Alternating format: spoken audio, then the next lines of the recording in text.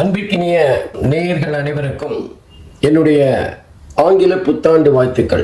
நான் உங்கள் கல்வடங்கம் சத்யநாராயண சர்மா பேசுகிறேன்.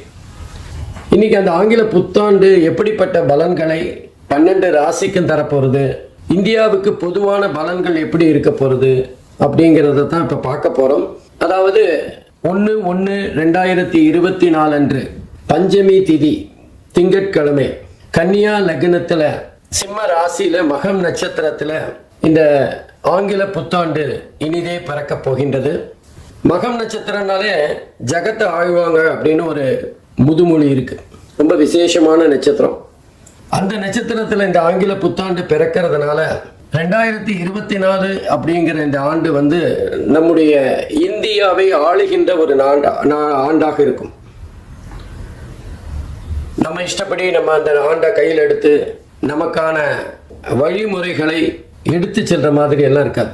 முழுஷா இந்த ஆண்டு இந்த ஆண்டு எப்படி போறது அப்படிங்கிறது இந்த ஆண்டோட கையில தான் இருக்கு. குறிப்பா சொல்லணும்னா இது ஒரு மாற்றத்திற்கான ஆண்டு. இந்த ஆண்டோட மிக முக்கியமான குறிக்கோள், லட்சியம் இதெல்லாம் சொல்லணும்னா மாற்றம் ஒன்றே மாறாதது அப்படின்னு சொல்லுவோம். அந்த மாதிரி இது மாற்றத்திற்கான மிக அற்புதமான ஆண்டாக இருக்க போகின்றது. ஏன் அப்படின்னு பார்த்தோம்னா, குறிப்பாக மகர ராசியில் சனி பகவானும் புளூட்டோ கிரகமும் இணைந்து கடந்த பல வருடங்களாக, அதாவது ஒரு 3-4 வருடங்களாக சஞ்சாரம் செய்து கொண்டிருக்கின்றது. பொதுவாக புளூட்டோ கிரகம் ஒரு ராசியில் 30-35 வருஷம் வரைக்கும் சஞ்சாரம் செய்வார். சனி பகவான் அந்த மகர ராசியில் ஒரு 2.5 வருஷம் சஞ்சாரம் செய்வார். மகர ராசிங்கிறது நம்ம இந்தியாவோட ராசி. ஆகவே இந்தியாவோட ராசியில புளூட்டோ கிரகமும் சனி கிரகமும் இணைந்து இருக்குமே ஆனால் அது மிகப்பெரிய ஒரு புரட்சியை ஏற்படுத்துகின்ற ஆண்டாகத்தான் இருக்கும். அதுவும் குறிப்பா ஜனவரி மாதம் 17ஆம் தேதி 2023 திருக்கணிதப்படி சனி பகவான் கும்பராசிக்கு பயிற்சி ஆகிறார். அதுக்கப்புறம் அதிசாரமா வக்கரமா அவர் மகரத்திலும் கும்பத்திலுமாக சஞ்சாரம் செய்து பலன்களை தந்து கொண்டிருக்கின்றார். திருநள்ளாறு வாக்கிய பஞ்சாங்கத்தின்படி டிசம்பர் மாதம் 20ஆம் தேதி 2023 சனி பகவான் பயிற்சியாகி மகரத்திலிருந்து கும்பத்துக்கு போறார். ஆகவே இந்த புளூட்டோவும் சனி பகவானும் பிரிகின்ற இந்த வேலை அப்படிங்கிறது ஒரு பெரிய மாற்றத்தை தருகின்ற வேலையா இருக்கும். உதாரணமா முன்னாடி எல்லாம் நம்ம உலகத்துல பார்த்தோம்னா அடிமைகளை விலைக்கு வாங்கி அவங்கள கொத்தடிமைகளாக வீட்டில் வேலை வாங்கிட்டு இருக்கிற ஒரு காலம் இருந்தது. இந்த அடிமை கொத்தடிமை போன்ற விஷயங்கள் எல்லாம் அழிக்கப்பட்டது. இந்த மாதிரி சனியும் புளூட்டோவும் ஒரே ராசியில சஞ்சாரம் செய்து பிரிந்த அந்த வேலை தான். ப்ராட்டஸ்டன்ட் அப்படிங்கிற ஒரு பிரிவு கிறிஸ்தவர்களிடம் இருக்கின்றது. அந்த ப்ராட்டஸ்டன்ட் வருவதற்கான காலமும் இது மாதிரி ஒரு ராசியில புளூட்டோவும் சனியும் இருந்து பிரிந்து சென்ற காலம்தான். அப்போ எந்த நாட்டுக்கு உரிய ராசியில அந்த புளூட்டோவும் சனியும் சஞ்சாரம் செய்து பிரிகின்றார்களோ அந்த நாட்டுக்கான பலன்களை அவர்கள் தருவார்கள். அப்படி பார்க்குறப்போ மகர ராசிங்கிறது இந்தியாவோட ராசி. இந்தியா ராசியிலேருந்து சனி பகவான் பிரிஞ்சு புளூட்டோலேருந்து பிரிஞ்சு வெளியில போறார் கும்பத்துக்கு. ஆகவே இந்தியாவுக்கான பலன்கள் மாற்றத்தை தருகின்ற மிகப்பெரிய ஒரு பலனாக இருக்கும். நீங்க எடுத்து பார்த்தீங்கன்னா கடந்த ஒரு 6 மாதமாக உலக அளவில் பெண்கள், இந்தியாவின் பெண்கள் உச்ச பதவிகளை பெற்ற வரலாறுகளை பார்க்கலாம். இனி வருகின்ற காலம் கூட இந்த மாதிரி பெண்கள் மிகப்பெரிய முக்கியமான பொறுப்புகளில் அமர்கின்ற ஒரு சூழ்நிலை கண்டிப்பாக ஏற்படும். எப்பெல்லாம் இந்த மாதிரி ஒரு புளூட்டோவும் சனியும் சேர்ந்திருந்து பிரிந்து செல்லுகின்றார்களோ அப்பெல்லாம் ஒரு புரட்சி வெடிக்கும். அப்போ ஏதாவது ஒரு மிகப்பெரிய கொடுமைகள் அகன்று நன்மைகள் நாட்டுக்கு கிடைக்கும். அந்த மாதிரி ஒவ்வொரு 30 வருஷமும், அதாவது இனி இந்த சனியும் அந்த புளூட்டோவும் சந்திப்பதற்கான வருடங்கள் அப்படின்னா திரும்ப ஒரு அந்த சனீஸ்வர பகவான் கும்பத்திலோ மீனத்திலோ திரும்பவும் சந்திக்க வேண்டி வரும். அப்பவும் கூட அது இந்தியாவோட ராசியா இருக்காது. அதனால இந்த காலகட்டம் இந்தியாவோட இந்த ராசி இதெல்லாம் மிகப்பெரிய ஒரு மாற்றத்தை இந்தியாவுக்கு தரப்போறது. அதுதான் 2024 பலாபலன்களாக இருக்கும். இயற்கை சீற்றம் இந்த காலகட்டத்தில் ரொம்ப கொஞ்சம் அதிகமாக தான் இருக்கும். குறிப்பாக தென்னிந்திய பகுதிகள் எல்லாமே எதிர்பாராத மிகப்பெரிய வெள்ளம், வெயில் எல்லா விஷயங்களிலுமே சீதோஷ நிலை அல்லது தட்பவெட்ப நிலையில் மாறுதல்கள் மக்களுக்கு ஒரு கஷ்டத்தை தருகின்ற அமைப்பாக இருக்கும். தண்ணி கேட்கும்போது தண்ணி கிடைக்காது, ஆனால் வெள்ளமாக தண்ணி வரும்போது தண்ணியை வேண்டான்னு சொல்லும். அதுதான் நிலைமையாக இருக்கும். அது மாத்திரம் இல்லை, மாறுதல் அப்படின்னு சொன்னோம். அப்போ தென்னிந்தியாவில் எடுத்துட்டாலும் சரி, இந்தியாவில் எந்த பகுதியில் எடுத்துட்டாலும் எங்கெல்லாம் குளிர் அதிகமாக இருக்கும்னு நம்ம நினைப்போமோ, அல்லது குளிர் பகுதி அப்படின்னு நம்ம குறிப்பிட்டிருக்கிற இடங்களுக்கெல்லாம் குளிர் மிதமாக இருக்கும். இது குளிராத ஒரு பகுதின்னு நினைச்சிட்டு இருக்கிற பகுதியிலெல்லாம் குளிர் கொஞ்சம் அதிகமாக இருக்கும். உதாரணமாக சென்னையில் குளிர் இந்த வருடம் அதிகமாக இருக்கின்ற ஒரு தன்மையை பார்க்கலாம். அதுக்கு மழையும் ஒரு காரணமாக இருந்தாலும் குளிரின் அளவு கொஞ்சம் அதிகமாக இருக்கக்கூடிய வாய்ப்புகள் இருக்குது. அதே மாதிரி நம்ம அண்டை நாடுகள் மூலமாக ஏதாவது போர் மேகங்கள், போர் வருவதற்கு வாய்ப்புகள் இல்லை, போருக்கான ஏதாவது முகாந்திரம் ஏற்பட்டு அது கடைசியில் பேச்சுவார்த்தையில் சரி செய்யப்படும். ஆகவே ஒரு விதமான பதட்டமான எல்லை பகுதியில் பதட்டம் எப்பவுமே இருந்துட்டு இருக்கிற மாதிரியான ஒரு சூழ்நிலை இருக்கும். அரசியல் தட்பவெப்பங்கள் கூட அப்பப்போ ரொம்ப பாதிப்பாகவும் அதே நேரத்தில் ரொம்ப கொந்தளிப்பாகவும் இருக்கின்ற ஒரு காலகட்டமாக இது அமையும். எதிரிக்கு எதிரி நண்பன் சொல்லுவோம், ஆனால் அரசியலில் எதிரி நண்பர் இதெல்லாம் கிடையாதுங்கிற ஒரு தாத்பரியம் இருக்கு. அந்த வகையில் எதிர்பாராதவர்கள் சேருகின்ற ஒரு மிகப்பெரிய மாறுதலை இந்த வருஷம் சந்திக்க போகிறோம். அதுக்கப்புறம் இந்த ஒரு புதிய நோய், கண்ணு சம்பந்தமாக ஏதாவது ஒரு நோய் வரக்கூடிய வாய்ப்புகள் இருக்குது. எப்படி நமக்கு கொரோனா மிகப்பெரிய ஒரு பாதிப்பை தந்து மக்களை முடக்கி போட்டதோ, அது மாதிரி கண்ணு சம்பந்தமாக ஏதாவது ஒரு சின்ன இனம் தெரியாத ஒரு நோய் பரவி வரக்கூடிய வாய்ப்புகள் இருக்கு. அதே மாதிரி மக்களுக்கு இருக்கிற மாதிரியே ஜீவராசிகளுக்கும் கால்நடைகளுக்கும் விஷ ஜுரங்கிற மாதிரி ஒரு ஜுரம் வந்து மிகப்பெரிய பாதிப்பை தரக்கூடும். இன்னும் சொல்லப்போனால் இந்த காலகட்டத்தில் மக்கள் மிகப்பெரிய ஒரு கொந்தளிப்பிலேயே இருக்கிற ஒரு சூழ்நிலை இருக்கும். ஏதோ நிம்மதி இல்லாத ஒரு காலகட்டமாக இந்த 2024 நகர்ந்து செல்லும். அதுவும் குறிப்பாக அந்த குரு பகவான் ஏப்ரல் மேல வந்து மேஷத்திலேருந்து ரிஷபராசிக்கு மாறுற வரைக்கும் பாதிப்பு கொஞ்சம் அதிகமாக தான் இருக்கும். நம்ம ஒன்று நினைக்க அது ஒன்று நடக்கிற மாதிரியான சூழ்நிலைகள் ஏற்படும். அங்கங்கே பார்த்தீங்கன்னா அந்த தொழில்நுட்பம், கணினி சம்பந்தப்பட்ட தொழில்நுட்பம் மிகப்பெரிய மேன்மையை இந்த காலத்தில் அடையும், உச்சத்தை அடைகின்ற காலமாக இருக்கும். கணினி சார்ந்த படிப்புகள் அமோகமாக மக்களால் வரவேற்கப்படும். எப்பெல்லாம் ஒரு விஷயத்தில் வளர்ச்சி இருக்கோ அப்போ அந்த விஷயத்தில் பின்னாடி ஏதாவது பாதிப்புகளும் இருக்கத்தான் செய்யும். அதே மாதிரி சைபர் கிரைம் அதிகரிக்கின்ற காலகட்டமாக இருக்கும். மோசடி பேர்வழிகள் புதுசாக ஏதாவது ஒரு வழியை கண்டுபிடிச்சு அதன் மூலமாக மக்களை ஏமாற்றுகின்ற காலமாக இருக்கும். பொதுவாக நம்ம ஏமாறும் போது தானே சில விஷயங்களை கற்றுக்கிறோம், எப்படி ஏமாறக்கூடாதுன்னு. ஆகவே புதிய புதிய கண்டுபிடிப்புகளுக்கு இந்த காலகட்டம் மிக அற்புதமாக இருக்கும். குறிப்பாக கணினி சார்ந்த துறைகள் உச்சத்தை தொடுகின்ற மேன்மையை பெறுகின்ற ஒரு காலகட்டமாக இருக்கும். இன்னும் சொல்லப்போனால் இதெல்லாம் கூட கணினினால் பண்ண முடியுமா அப்படிங்கிற ஒரு ஆச்சரியத்தை தருகின்ற வகையில் பல துறைகளுக்குள்ள அந்த கணினி மிகப்பெரிய தாக்கத்தை ஏற்படுத்தும். தொடர்ந்து நம்ம விவசாயம் பார்த்தீங்கன்னா இந்த வருஷம் ரொம்ப அமோகமாக இருக்கும். ஆனாலும் நமக்கு மனுஷங்களுக்கும் ஜீவராசிகளுக்கும் இருக்கிற மாதிரியே அந்த பயிர்களுக்கும் ஏதாவது நோய்கள் வரக்கூடிய வாய்ப்புகள் இருக்கு. அதற்கான புதிய மருந்து கண்டுபிடிக்கின்ற காலகட்டமாக இருக்கும். குறிப்பாக மருத்துவத்துறையின் மிகப்பெரிய அறுவடையை இந்த வருஷம் நம்ம பார்க்கலாம். பல விஷயங்களுக்கு அவங்க வந்து முன்னுதாரணமாக இருப்பார்கள். பல விஷயங்கள் புதுசாக கண்டுபிடிக்கக்கூடிய காலகட்டமாக இருக்கும். மக்கள் வந்து நட்பாக வாழ்வதை விட்டுவிட்டு எதிரிகளாக வாழ்கின்ற ஒரு சூழ்நிலை ஏற்படும். யாருக்கு யார் எதிரின்னே தெரியாத ஒரு கட்டம். எனக்கு பிடிச்சவங்க இவங்க, உங்களுக்கு பிடிச்சவங்க இவங்க, ஆகவே நம்ம 2 பேரும் எதிரிங்கிற மாதிரி சம்பந்தமே இல்லாமல் யாருக்காகவோ கண்ணுக்கு தெரியாத யாருக்காகவோ இவர்கள் சண்டை போட்டுக் கொள்கின்ற, தினசரி பார்த்து கொண்டிருக்கின்றவர்கள் சண்டை போட்டுக் கொண்டிருக்கின்ற ஒரு அதிசயம் நடக்கும். இதெல்லாம் மக்களுக்கு புரியறதுக்கு கொஞ்சம் நாள் ஆகும். இந்த 2024 முழுவதுமாகவே ஒரு குழப்பமான ஆண்டாகத்தான் இருக்கும். எப்பவுமே நம்ம ஒரு மாற்றம் ஏற்படுகிறதுனா அதுக்கு முன்னாடி மிகப்பெரிய குழப்பம் இருக்கணும். ஆகவே குழப்பத்துக்கு பிறகு அந்த குழப்பத்துக்கு விடையாக மிகப்பெரிய ஒரு மாற்றத்தை சந்திக்கின்ற ஆண்டாக இருக்கும். ஏற்கனவே சொன்ன மாதிரி மாற்றம் ஒன்றுதான், மாற்றம் இல்லாதுன்போம். அந்த மாதிரி நிறைய மாற்றங்களை சந்திக்கின்ற ஆண்டாக இந்த ஆண்டு இருக்கும்.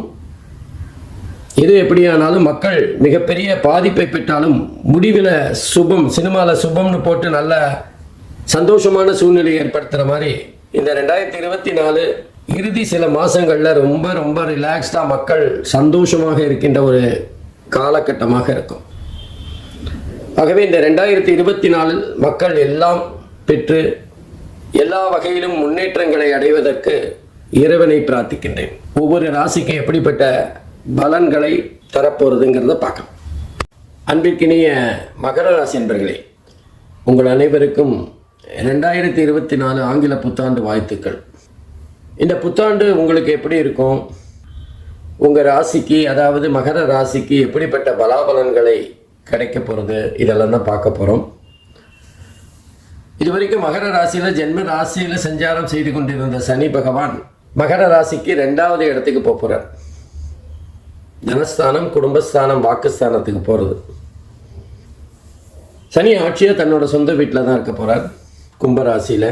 3வது வீட்டு அதாவது சகோதர ஸ்தானம், முயற்சி ஸ்தானம் என்று சொல்லப்படுகின்ற 3வது இடத்துக்கு ராகு பகவான் சஞ்சாரம் செய்கிறார். 4வது இடம் என்று சொல்லப்படுகின்ற சுகஸ்தானத்தில் குரு பகவான் 4 மாதம் வரைக்கும் இருக்க போகிறார். அப்புறம் 8 மாதங்கள் 5வது இடம் என்று சொல்லப்படுகின்ற பூர்வ புண்ணியஸ்தானத்தில் சஞ்சாரம் செய்து பலன்களை தர இருக்கிறார். கேது பகவானை எடுத்துட்டீங்கன்னா 9வது இடத்துல இருந்து பலாபலன்களை தர இருக்கிறார்.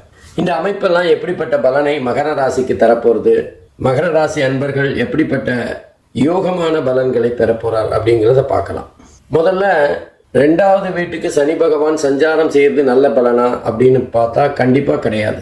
சனியை பொறுத்தவரை 2 விஷயங்கள். மகர ராசி சனியோட வீடு தான், சனியோட வீட்டுக்கு 2வது வீடு சனியோட வீடு தான். அதனால கொஞ்சம் சுமாரான பாதிப்பை தருவார். ஆனால் மகர ராசிக்கு ஒரு நல்ல விஷயம் என்ன அப்படின்னா, இது வரைக்கும் ஜென்ம ராசியில் இருந்த சனி பகவான் இப்போ பாத சனிக்கு போகிறார். அப்போ ஓரளவுக்கு இதுவரைக்கும் பட்ட கஷ்டத்தோடு ஓரளவுக்கு சுமாரான பலன்களை பெறப்போகிறார். முக்கியமாக பார்த்தீங்கன்னா 2வது வீடுங்கிறது நேத்திரஸ்தானம். கண்ணு சம்பந்தமாக ஏதாவது ஒரு சிகிச்சை எடுக்க வேண்டியது மகர ராசி என்பவர்களுக்கு வரும். குறிப்பாக சில பேருக்கு வயசு வித்தியாசம், அதாவது ஒவ்வொரு வயசுக்கும் இந்த பலாபலன்கள் மாறும். கொஞ்சம் 40 வயசுக்கு மேலே இருக்கிறவங்க கண்டிப்பாக ஏதாவது கண்ணில் அறுவை சிகிச்சை செய்கின்ற ஒரு சூழ்நிலை ஏற்படலாம். சிகிச்சை அப்படிங்கிறது நல்லது தான், நம்ம கண்ணை சரி பண்ணிக்கிறோம்னு அர்த்தம். ஆனால் கண்ணில் பிரச்சனை வந்தால் தானே அந்த சிகிச்சையை பண்ணுவோம். எப்போவுமே சனி பகவான் ஒரு பிரச்சனையை உருவாக்கி அதுக்கு ஒரு தீர்வை கொடுப்பார். அந்த வகையில் இது வரைக்கும் நம்ம கண்ணு மங்கி இருந்த ஒரு சூழ்நிலை நமக்கு தெரியாமையே கூட இருந்திருக்கும். ஆனால் ஒரு கட்டத்தில் அதோட தீவிரம் புரிய தொடங்கி அறுவை சிகிச்சை செய்து அதை சரி செய்கின்ற ஒரு சூழ்நிலை ஏற்படும். அதே நேரத்தில் 2வது வீட்டில் சனி பகவான் இருக்கும்போது கொஞ்சம் எதிரிகளோட தொல்லை இருக்கும். நம்ம பேசுகிற பேச்சு சில பேருக்கு பிடிக்காம போகலாம். குடும்பத்தில் லேசாக கருத்து வேறுபாடுகள் அங்கங்கே முளைக்கக்கூடும். பண வரவு அப்படிங்கிறது நம்ம நினச்ச உடனே நடக்காது. நமக்கு வர வேண்டிய பணமே தாமதமாக தான் வரும். ஒரு மாதத்தில் வர வேண்டியது 2 மாதம் 3 மாதம் இழுத்தடிக்கக்கூடிய வாய்ப்புகள் இருக்குது. அதுக்கு அடுத்தது பார்த்தீங்கன்னா ராகு பகவான் 3வது இடம். ராகு கேதுவுக்கு 3, 6, 11 ஆகிய இடங்கள் சிறப்பானது. அந்த வகையில் 3வது இடத்துல முயற்சி ஸ்தானத்தில் தொலை தொடர்பு பற்றி சொல்லுகின்ற இடத்துல ராகு இருக்கிறது ரொம்ப ரொம்ப சூப்பரான விஷயம். வெளிநாட்டு கம்பெனியில் வேலை பார்க்குறவங்களுக்கு அல்லது வெளிநாட்டில் வேலை பார்க்குறவங்களுக்கெல்லாம் சில அதிர்ஷ்டமான பலாபலன்கள் கிடைக்கும். ஷேர் மார்க்கெட்டில் இன்வெஸ்ட் பண்ணியிருக்கிறவங்க அல்லது ஏற்றுமதி இறக்குமதி சம்பந்தப்பட்ட விஷயங்களில் ஈடுபடுறவங்களுக்கு நல்ல யோகமான பலன்கள் கிடைக்கும். மாணவர்கள்னு எடுத்துட்டிங்கன்னா தொலைத்தொடர்பு பற்றி அல்லது கம்ப்யூட்டர் பற்றி, ஐடி பற்றி அது சார்ந்த படிப்புகளை படிக்கின்றவர்களுக்கு யோகமான காலமாக இருக்கும். அவங்க தேர்ந்தெடுத்த அந்த பாடப்பிரிவின் அடிப்படையில் அவங்களுக்கு உடனே வேலை கிடைக்கக்கூடிய வாய்ப்புகள் இருக்கும். பொதுவாக ராகு கேது எந்த இடத்துல இருந்தாலும் அதிகப்படியான கெடுபலன்களை தரக்கூடியவர். அவர் நல்ல இடத்துல நல்ல பலனை தர்றது ரொம்ப ரெட்டிப்பான சந்தோஷம்தான். சகோதரர்களுக்கு அவர்களுடைய அனுசரணையான ஆதரவான விஷயங்களினால் சந்தோஷமான சூழ்நிலை உருவாகும். இந்த நேரத்தில் நம்ம யோசித்து பார்த்தா 3வது வீட்டில் இருக்கிற அந்த ராகு பகவான் மாணவர்களுக்கு சிறப்பான பாடங்களை அல்லது படிக்கின்ற ஒரு முயற்சியை நம்ம படிக்கணுங்கிற ஒரு உந்துதலை ஏற்படுத்துவார். பணப்புழக்கம் அதிகமாக இருக்கும். வியாபாரம் செய்கிறவங்க, குறிப்பாக கலைத்துறையில் ஈடுபட்டு கொண்டிருக்கின்றவர்களுக்கு சிறப்பான காலமாக இது அமையும். அரசியல்வாதிகள் நல்ல எதிர்பாராத பண வரவுகளை பெறுகின்ற சூழ்நிலை ஏற்படும். கலைஞர்கள் வெளிநாடுகளுக்கு சென்று அவர்களுடைய பெயர் புகழை இருக்கிக் கொள்ளுகின்ற ஒரு தன்மை ஏற்படும். விவசாயிகள் சிறப்பான ஒரு எதிர்காலம் இருக்கும். ரியல் எஸ்டேட் தொழில் சிறப்பாக இருக்கும். ராகுவை தொடர்ந்து குரு பகவான் மகர ராசிக்கு 4வது இடத்துல உட்கார்ந்துருக்கார். சில காலங்கள் 4வது இடத்துல இருந்து சுகஸ்தானத்தில் சுமாரான பலன்களை தருவார். அப்புறம் கடைசியில் 7 மாதங்கள் 5வது இடம் பூர்வ புண்ணியஸ்தானத்தில் இருந்து நல்ல பலன்களை மகர ராசி என்பவர்களுக்கு தருவார். முதல் 4 மாதம் இந்த குரு பகவான் 4வது இடம். பொதுவாக குரு பகவானுக்கு 3, 4 ஆகிய இடங்கள் சிறப்பான பலனை தரும்னு சொல்ல முடியாது. ஓரளவுக்கு நன்மைகளை தந்தாலும் நிறைய விஷயங்களை யோசிக்க வைப்பார். இது தேவையா, இந்த செலவு செய்யணுமா, இந்த மாதிரி ஒரு உல்லாச பயணம் தேவையா, பணம் விரயமாச்சு, நமக்கு புத்தி சொல்கிற மாதிரி இருந்தாலும் நம்ம நிறைய சந்தர்ப்பங்கள் சந்தோஷமான சூழ்நிலைகளை இழந்து விடுவோம். ஹோட்டலுக்கு போய் சாப்பிடலாம்னா அது 5 ஸ்டார் ஹோட்டலா இல்லை சாதாரண ஹோட்டலா அல்லது டீ கடையா அப்படிங்கிற தீர்மானம் குழப்பங்களை ஏற்படுத்துவார். வீடு வாங்கிறது, நிலம் வாங்கிறது போன்ற விஷயங்களில் கொஞ்சம் பணத்தை இறுக்கி பிடிக்கிற ஒரு தன்மையை ஏற்படுத்துவார். பொதுவாகவே 4வது இடம் சுகஸ்தானத்தில் குரு பகவான் சஞ்சாரம் செய்யும் போது சந்தோஷ குறைபாடுகள் இருக்கும். முடிவில் நல்லா இருந்தாலும் நம்ம அனுபவிக்க வேண்டிய சில விஷயங்களை அனுபவிக்க முடியாத ஒரு சூழ்நிலையை ஏற்படுத்தி விடுவார். ஏதோ ஒரு மனசுக்குள்ள ஒரு குடைச்சல், இது நல்லா இருக்குமா, இது பண்ணால் சரியா அப்படிங்கிற சந்தேகங்களை அடிக்கடி கிளப்பி நம்ம பரிபூரணமாக ஒரு விஷயத்தில் இறங்க முடியாமல் செஞ்சிடுவார். குறிப்பாக தாயார் விஷயத்தில் அவங்களுக்கு கொடுத்து வந்த மருத்துவத்தினால் அவங்க நல்ல பூரண குணமடைந்து சந்தோஷமான சூழ்நிலை ஏற்படும். அதே மாதிரி வீடு வாசல் போன்ற விஷயங்களில் கொஞ்சம் இழுபறிகள் இருக்கும். 2 வருஷத்தில் கட்டித்தரேன்னு சொன்ன வீடு 3 வருஷம் ஆகியும் முடியாமல் அரைகுறையாக நிற்கிற ஒரு சூழ்நிலையை பார்க்கலாம். கொஞ்சம் பணம் தேவையாக இருக்கும், இன்னும் கொஞ்சம் பணம் வேணும் அப்படின்னு கேட்குற ஒரு சூழ்நிலையாக இருக்கும். பொதுவாகவே 4வது வீட்டில் குரு பகவான் மிகப்பெரிய நல்ல பலனை தரப்போகிறதில்லை. அப்புறம் கடைசியில் ஒரு 5 மாதம் மகர ராசிக்கு 5வது இடத்துக்கு பூர்வ புண்ணியஸ்தானத்துக்கு வருவார். கடந்த 4 மாதமா எவ்வளவோ முட்டி மோதி பார்த்தோம், திருமணமே நடக்கலை அப்படின்னு வருத்தப்படுற மகர ராசி என்பவர்களுக்கு அந்த கடைசி 7 மாதத்துல திருமணம் அவசரமாக வேகமாக நடந்தேறும். பலருக்கு காதலர்கள் கிடைக்கக்கூடிய அல்லது காதலிக்கின்ற வாய்ப்பு ஏற்படும். அல்லது சில பேருக்கு காதலித்து கொண்டிருக்கின்றவர்களுக்கு அந்த திருமணத்தில் முடிகிற மாதிரியான சந்தோஷமான சூழ்நிலை ஏற்படும். புத்திர பாக்கியம் ஏற்படும். கல்யாணம் ஆகி 2 வருஷம் ஆச்சு, குழந்தையே இல்லைன்னு வருத்தப்பட்டு கொண்டிருந்தவர்களுக்கு நல்ல செய்தி கிடைக்கும். நல்ல காலம். மகர ராசி என்பவர்களுக்கு குரு பகவான் 5வது இடத்துல சஞ்சாரம் செய்யும் போது சிறப்பான பலன்களை எதிர்பார்க்கலாம். சொந்தக்காரங்க மூலமா ஏதாவது ஒரு பண வரவு இருக்கும். தூரத்து சொந்தம் நமக்கு ஏதாவது பூர்வீக சொத்து தருகின்ற வாய்ப்பு கூட கிடைக்கும். பல சமயங்களில் நம்ம போன ஜென்மத்தில் பண்ண நல்ல காரியங்களின் அதிர்ஷ்டமாக இந்த ஜென்மத்தில் சில விஷயங்கள் தானாகவே நமக்கு சாதகமாக நடந்தேறும். இது நிச்சயம் நடக்கவே நடக்காதுன்னு நினைக்கும் போது ஒரு திருப்பு முனையாக ஏதாவது ஒரு விதத்தில் அந்த விஷயம் நமக்கு சாதகமாக முடியும். ஆகவே இந்த குரு பகவான் 5வது வீட்டில் இருக்கும்போது நிச்சயமாக மகர ராசி என்பவர்களுக்கு சிறப்பான பலன்களை கிடைக்கும். ஆனால் அதே குரு பகவான் தன்னுடைய 7வது பார்வையாக லாபஸ்தானத்தை பார்க்கறதுனால பணவரவும் அதிகமாக இருக்கும். அடுத்து கேது பகவான் 9வது இடத்துல கேது பகவான் சஞ்சாரம் செய்து கொண்டிருக்கிறார். பொதுவாக 9வது இடம் என்பது உயர்கல்வி பற்றி சொல்லுகின்ற இடம். அதனால் கேது எங்கெல்லாம் உட்கார்ந்துருக்காரோ அந்த ராசிக்குரிய காரகத்தை ஏதாவது ஒரு வகையில் ஸ்பீட் பிரேக்கர் மூலமாக தடுத்து நிறுத்துகின்றவராக இருப்பார். அந்த விஷயத்தில் உயர்கல்விக்காக ஏதாவது ஒரு வகையில் முயற்சி செய்து கொண்டிருக்கின்றவர்களுக்கு ஒரு தடை ஏற்படும். தந்தையாருடனான கருத்து வேறுபாடுகள் லேசாக தலை தூக்க ஆரம்பிக்கும். வேலைக்கு போ அப்படின்னு சொல்லும்போது நான் இல்லை தொழில் தான் பண்ண போகிறேன்னு முரண்டு பிடிக்கின்ற ஒரு தன்மை கூட இருக்கும்.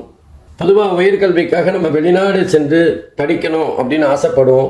அதுக்காக ஸ்காலர்ஷிப் போன்ற முயற்சிகள் எல்லாம் மேற்கொள்ளும். அதெல்லாம் உடனே கைகூடாத ஒரு சூழ்நிலை இருக்கும். அதில் ஒரு தேக்கம், ஒரு தாமதம் இருக்கக்கூடிய வாய்ப்பு இருக்குது. பொதுவாக 9வது இடத்துல கேது பகவான் மிகப்பெரிய நன்மைகளை தரப்போறதில்லை. இருந்தாலும் மாணவர்களுக்கு அந்த படிப்பு சம்பந்தமான விஷயங்களில் ஒரு தடங்கள், ஸ்பீட் பிரேக்கர் மாதிரி எதையாவது ஒரு இடையூறு தந்து கொண்டே இருப்பார்.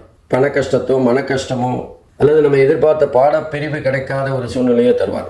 மற்றபடி குரு மற்றும் ராகு பகவான் மகர ராசி என்பவர்களுக்கு நல்ல பலனை தரப்போறார். அதனால் கவலைப்பட வேண்டிய அவசியம் இல்லை. ராசியாதிபதி சனி பகவான் 2வது வீட்டில் இருந்தாலும் மிகப்பெரிய பாதிப்பை எல்லாம் தரமாட்டார். அதனால் கவலைப்பட வேண்டிய அவசியம் இல்லை. மொத்தத்தில் அற்புதமான ஆண்டாக இருக்க போகுது. நன்றி, வணக்கம்.